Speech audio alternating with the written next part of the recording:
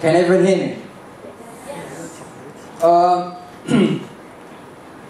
It has been great so far, hasn't it? I've been blown away by the whole thing. In fact, I still feel a little bit surreal to be here tonight. So, I guess I'll start with this. About a year ago, I received a LinkedIn message inviting me to speak at a TEDx event, talking about pioneering and what it's like to become a pioneer. And of course, my first reaction was stunned and honoured. And I also thought to myself, I'm not a pioneer. If anything, I'm a learning to be pioneer. After all, I'm only a young entrepreneur in Hong Kong with a few years of experience. I still got a lot to learn and a long way to go for success. So, I guess the point I'm trying to make here is, I'm sorry, I don't think I can tell you guys the exact stories of the real pioneers who built Facebook or Google or LinkedIn or anything as successful as that, or nor can I give you a lecture on how to become a world-changing pioneer. But what I can share with you all tonight is some of my very own entrepreneur experience and how my perspectives on pioneering has changed ever since I started FreshLinker a few years ago. And not very long ago, well, about 3 years ago, I was in a very similar position as the majority of you all tonight. I was in London doing economics, and I was about to graduate in about 4 months' time. And back then, I considered myself a very good student. I had pretty decent grades, and I was involved in a lot of student societies, and I genuinely believed I would have a bright future ahead of me. But still, I had no idea what I wanted to do for the rest of my life. I'm not sure how many of you here at the age of 21 or 22 knew exactly what you wanted to do. But I remember thinking back then, I almost certainly didn't. And the weird thing was, the majority of my friends and people around me all seemed to have a plan. They either wanted to become an investment banker or training to become a lawyer. And the path of entrepreneurship or working for a tech startup or finding a tech startup was never really considered by any of my peers. It was never considered cool, nor it was considered a viable way to make a living. So, subject to peer pressure and all that kind of nonsense, initially I decided to get into finance. It doesn't matter to me which areas of finance I want to get into. I just wanted a finance-related job. And as time goes by, and with my very limited interest in the finance industry, and after dozens of interviews and rejections, I started to become a lot more interested in the recruitment industry than finance itself. I was so intrigued by the recruitment processes and its dynamics that I just simply wanted to know more. And very luckily at the time, I had a friend who was already working as a recruitment consultant for a few years. And so, without securing any particular job offer, I came back to Hong Kong, and I called him up, and we started talking about the recruitment industry, and its pitfalls, and its developments, and its problems, and all that kind of stuff. And I guess it was this very conversation that sparked the beginning of my pioneering journey. I was so inspired, I cannot wait to get into the recruitment industry. And instead of looking for a job as a recruitment consultant or joining a particular recruitment agency firm, I had a thought. I thought to myself, maybe I don't need to wait for a job offer. I don't need to wait for an opportunity. Perhaps I can create an opportunity. And by creating an opportunity, what I meant was, since there are so many companies posting job advertisements on these job boards and recruitment websites, surely there's a huge demand for it, and perhaps I can help these companies to find talent and charge them for it, just like any recruitment consultant would do. And so, I went on one of those recruitment websites, those job boards back in the day, and I picked one specific job advertisement. I studied it very well, I studied the company very well, I studied the industry very well, and once I had a thorough understanding of that particular job advertisement, I started to look for candidates on LinkedIn. I would send messages to anyone I thought was relevant to that particular position. And I would set up meetings and telephone calls with them and talking about this potential opportunity. And after a few phone calls and a few meetings, I managed to find 3 or 4 candidates that I thought was relevant to that particular post. And bear in mind, at this very moment, the company had no idea that I was helping them to find talent. So it was quite cheeky of me of doing that. I mean, I did not have their consent, but I did it anyway because I just cannot wait to get into the recruitment industry, and I want to see what it's like to become a recruitment consultant.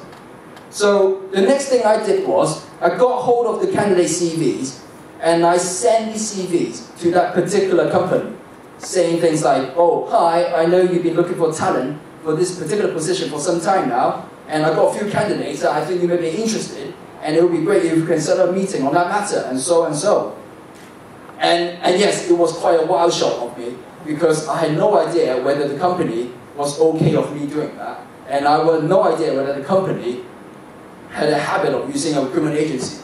I mean, simply, the company would be really upset about what I just did for them. And very fortunately, the company actually agreed to a meeting. And to cut the long story short, the company gave an offer to one of my candidates 3 weeks after my initial meeting with them. And subsequently, one of my candidates, the very candidate, accepted the offer. And basically what that meant was, I closed my first recruitment agency business deal even before I had incorporated the company. And of course, like any commercial-orientated person, I quickly set up a company so I can send her an invoice and collect the money. And by chance, I became a young entrepreneur in the recruitment industry. As I said earlier, I never really considered the path of entrepreneurship when I was in university, but I became one by creating and seizing that particular opportunity. I did not wait for something to happen. And I think this is really common in entrepreneurship and pioneering, is that a lot of the times you just cannot wait for something to happen. You cannot wait for that person's reply, or you cannot wait for someone's recommendation or anything like that. Sometimes you just have to create your own path. And as crazy as that sounds, I wasn't the only insane person that thought about becoming an entrepreneur in my early 20s was a good thing to do. I had co-founders. And so my co-founders and I, with our very limited resources and experience, started to work on this recruitment agency business back in late 2014. And business went bad. We were closing deals, we were getting a lot more knowledgeable and reputable in the industry, and we were growing fairly steadily. But still, we weren't entirely satisfied. Why? Because we were simply greedy. We wanted more. We wanted to provide our services to hundreds and thousands of job seekers and employers every single day. And we thought to ourselves, the only way to achieving that is by using technology. We recognized that there's an epidemic failure of mismatch between job seekers and employers. And this mismatch is due to the cause of imperfect information. Both parties simply do not have the resources to understand each other well enough, so they make bad decisions, bad hiring decisions, which then later lead to high turnover rates and bad employee satisfaction. And in response to that, we wanted to create a single platform that can significantly mitigate this issue of imperfect information between job seekers and employers by using a combination of technologies, including predictive analytics, social signals, and data science. And yes, of course, it was very ambitious of us at the time, especially as we had no technical talent in our team whatsoever. We did not come from a technical background, and we had no programmers, and we had no clue how we can build this from a technical perspective. All we had was a simple idea. And of course, you could argue, I can go and find an external investor and pump us a huge amount of money to build this ambitious project. But instead, what we recognize is talk is simply cheap. You can talk all day, we can talk all day how our ideas and platform can benefit thousands and thousands of job seekers and employers every day. But it simply doesn't mean a damn thing until we actually go and execute it and show there's a demand for it. So instead of talking, what we did next was we try and go and build a prototype ourselves. We taught ourselves some degree of programming and built a prototype in about 2 or 3 months' time. And to be quite honest with you, it wasn't the prettiest of all prototypes. It was actually quite tragic. It was really embarrassing. It was simply ugly.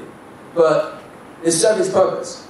And the purpose was, we can use it as a foundation to tell people our idea, to find more employers and job seekers to fully understand our concepts, our ideas.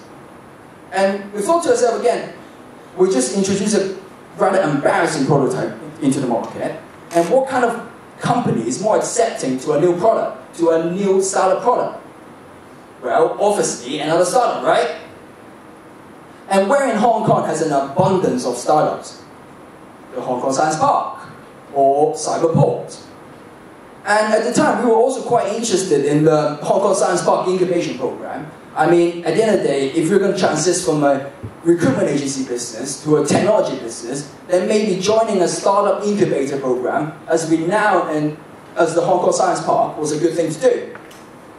And here comes another challenge. The majority of the teams who got admitted to the Hong Kong Science Park incubation program at the time was very technical focused.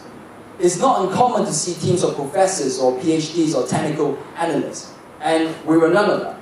We were simply a small recruitment agency firm with 3 to 5 people.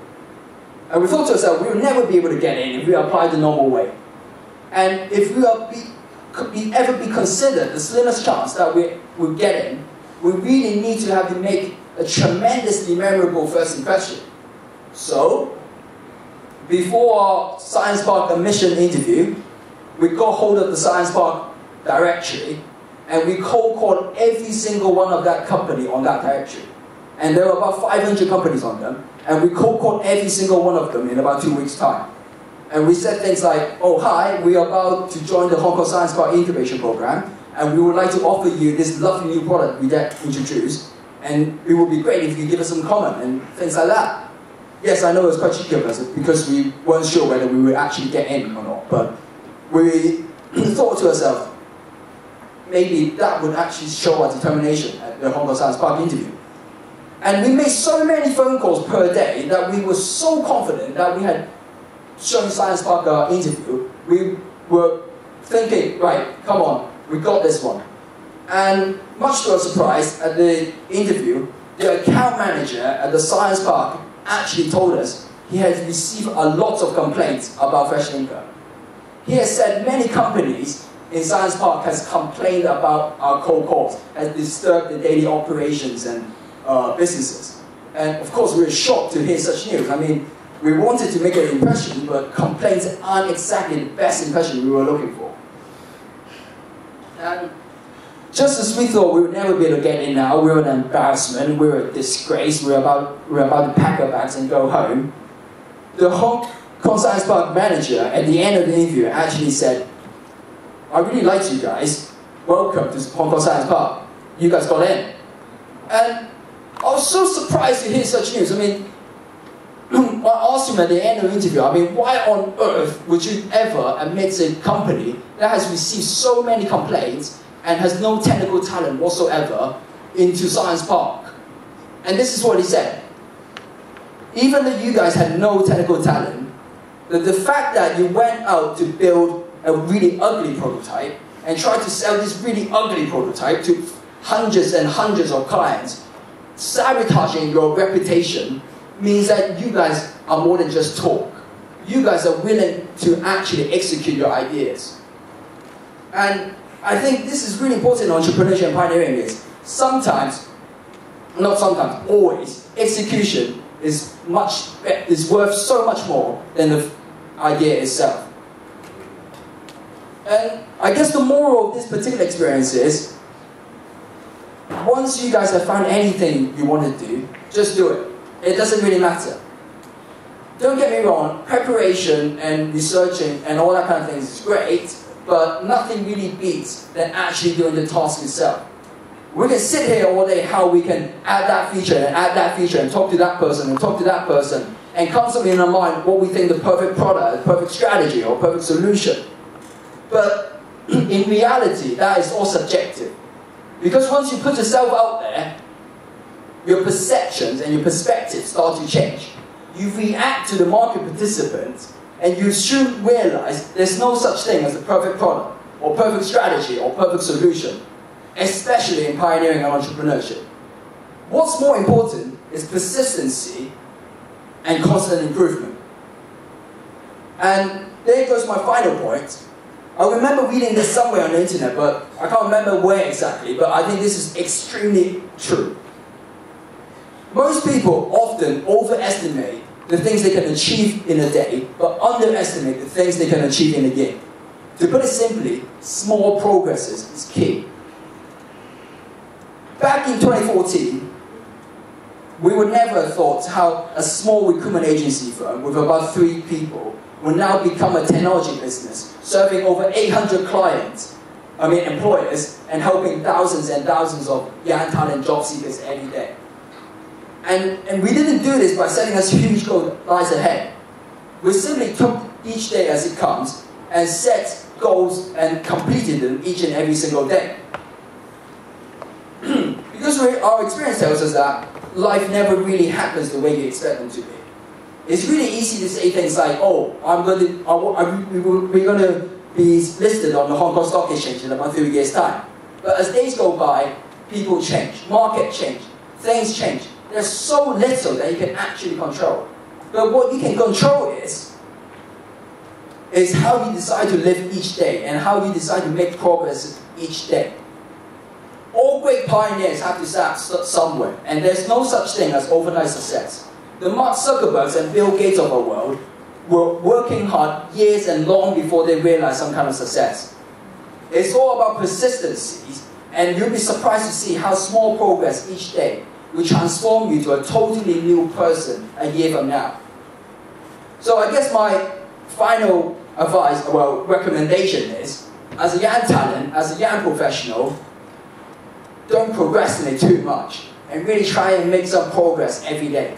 No matter how big or small, even the smallest amount, even the slightest amount, it will mean a lot in the future. You'll be thankful for it.